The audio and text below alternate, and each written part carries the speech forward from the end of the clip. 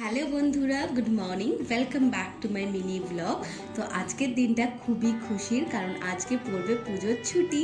তো সকালটা শুরু করেছিলাম এক গ্লাস চিয়া সিড থেকে, তারপরে একটু হাঁটাহাঁটি করার জন্য ছাদে চলে এসেছিলাম। আর দেখো আজকে আমাদের গাছে কত সুন্দর ফুল ফুটেছে। তো একটু হাঁটাহাঁটি করেই কিন্তু ঘরে চলে এসেছি।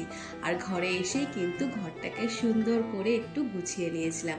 এটা যেন একটা মেন্টাল পিস। এখন করছি একটুখানি নিজেকে প্যাম্পার, মানে স্কিন কেয়ার। প্রত্যেকেরই কিন্তু নিজেকে ভালো রাখা, নিজেকে ভালোবাসা সব থেকে বেশি ইম্পর্টেন্ট। তো স্কিন কেয়ার করে নিলাম হচ্ছে আজকের ব্রেকফাস্ট।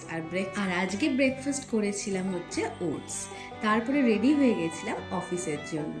আর এখন কিন্তু আমি অফিস থেকে চলে এসেছি, একটু রেস্ট নিয়ে নিলাম। আর দেখছি এখানে আমার মা কিন্তু সন্ধ্যাও দিয়ে দিয়েছে।